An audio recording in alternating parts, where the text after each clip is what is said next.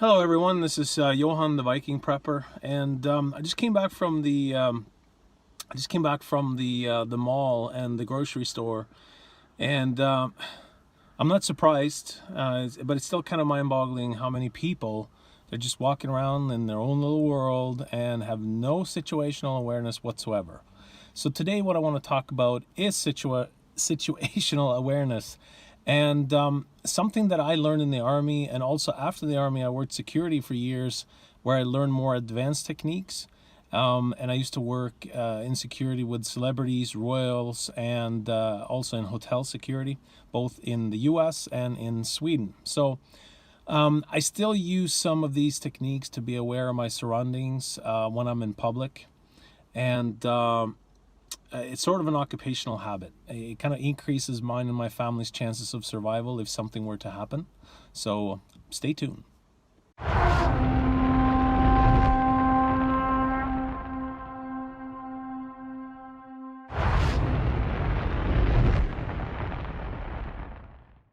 Well, in today's North American society and most of the non-conflict countries in the world, situational awareness is at its lowest ever. And I think this is due to technology and that society in general is safe, but it's also combined with the human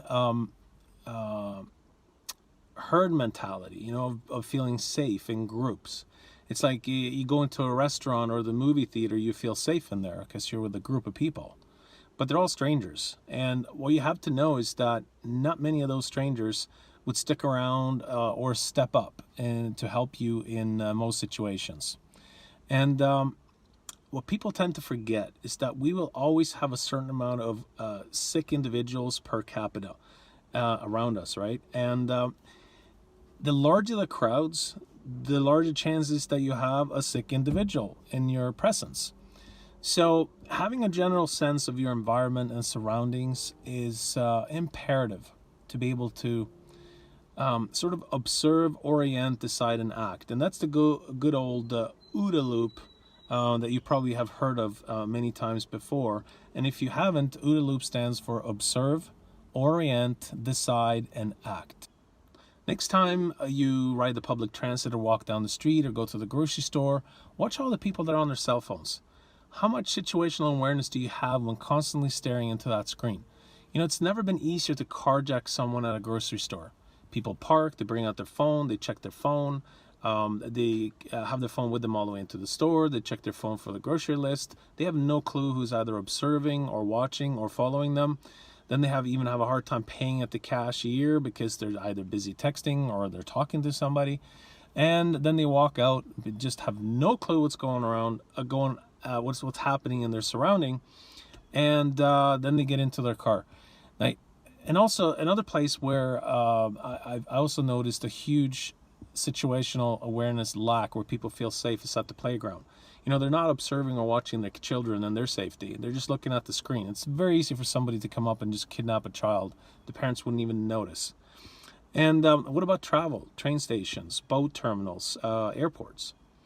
And anyway, you get my point. People are really subdued to the idea that something bad is going to happen. And the safety of the herd mentality combined with our technology and the technology devices that we have are giving us a false sense of connection and safety. For instance, when I go to the mall by myself or with the family, I really pay attention to exits, furniture, pillars, or columns that I can use to my advantage if something were to happen. I continuously scan my environment, and I use something that I would better describe as a wide-angle vision, where I quickly scan the space and the people to determine any potential threats, or just keep observant on what is happening around you. Now, if I go to a restaurant, I know that none of the staff or the patrons in there are going to stop a potential threat. But most customers there will feel a false sense of security that the staff or the managers are trained or will jump in to solve any kind of incident. So when I go to a restaurant, I try to get the best location possible, and that is where I can have my back against a wall and where I can have a clear view of the entrance, exit, and the kitchen.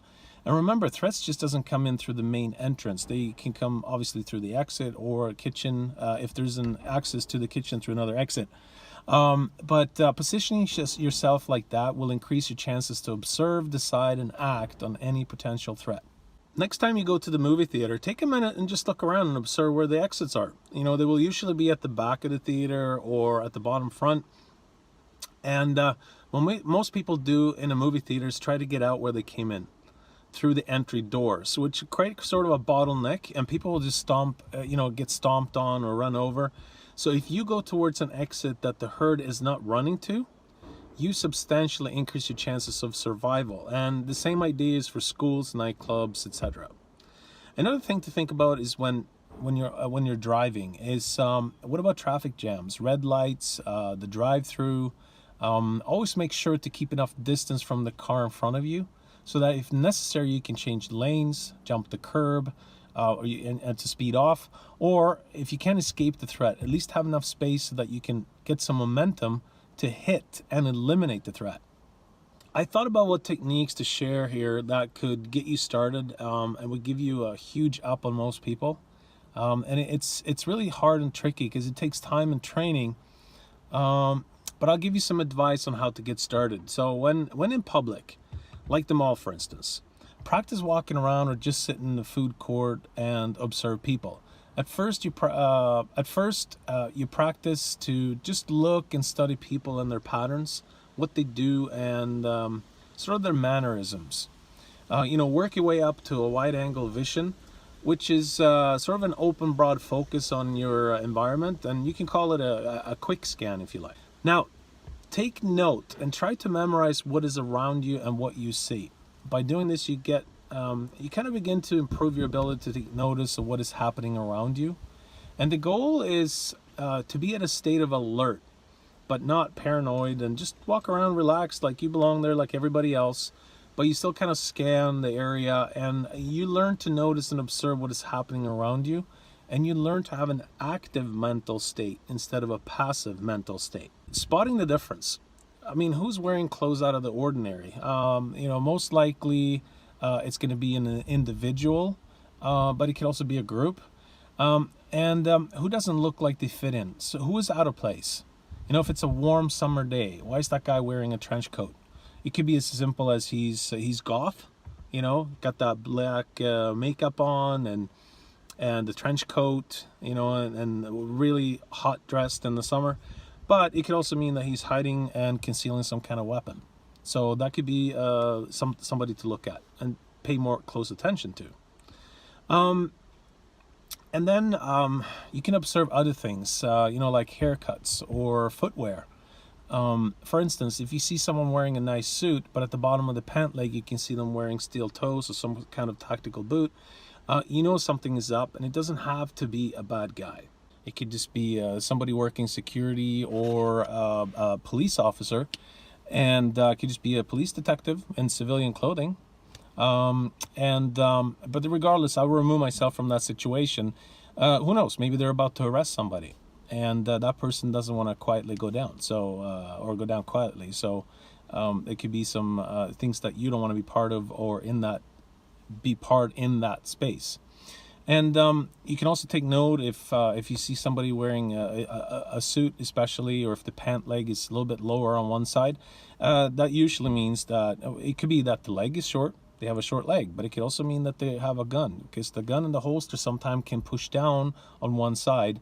And also will give you an idea of if there is a threat. You also know if that person is either left or right-handed. Another really important thing to do is to scan people's hands. Hands will show you their intentions, and people need to use their hands to be an aggressor. So you can spot if someone is trying to conceal something, or if they're up to no good, if they're nervous, twiddling, they're twitching, you got their solid fists, all those different signs that something is a little bit out of the ordinary. Now, those are just a few examples, but over time you will learn to memorize your surroundings, and also in an instant determine if if there are any possible threats in your vicinity. So what happens to most people when something do happen? Well, the most common thing is that we tend to go into freeze or flight mode. So how do you overcome and control your biological natural reaction of adrenaline and input from your other senses and be able to decide quickly on how to react to a certain threat? Well, there are two basic techniques that you can do. First, you make sure that you control your breath. And also, you have to ask yourself questions. But these happens really fast, like a rapid fast. I don't know, nanoseconds, whatever, quick as you can think.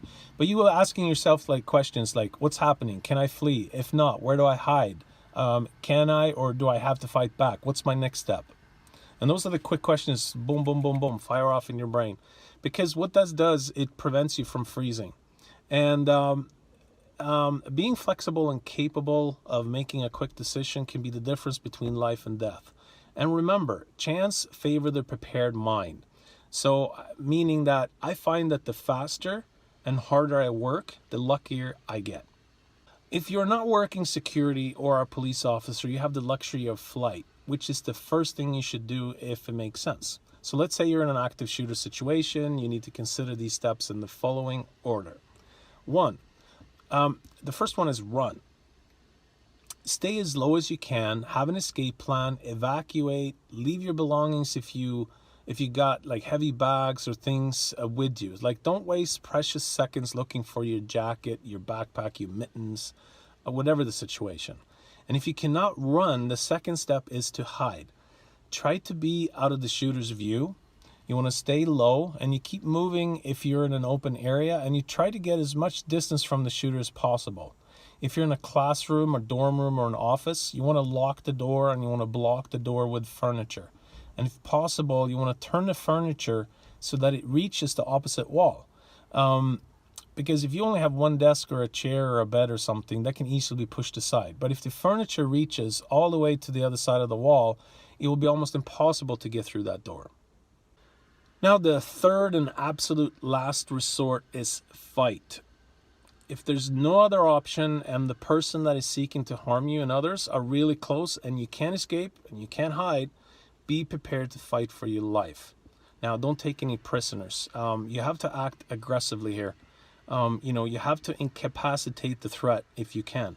And if you don't know self-defense, I suggest that you take some courses. And I suggest Jiu-Jitsu and Krav Maga, which focuses on close-up ground fighting, and it can also have a focus on defending yourself against knife and gun attacks. That's it for today, folks. I hope this video shed some light on situational awareness and how you can practice to stay safer in any situation. If you have not done so yet, hit the subscribe button and the bell button to get notified when I post new videos. Until next time, prepare and stay safe.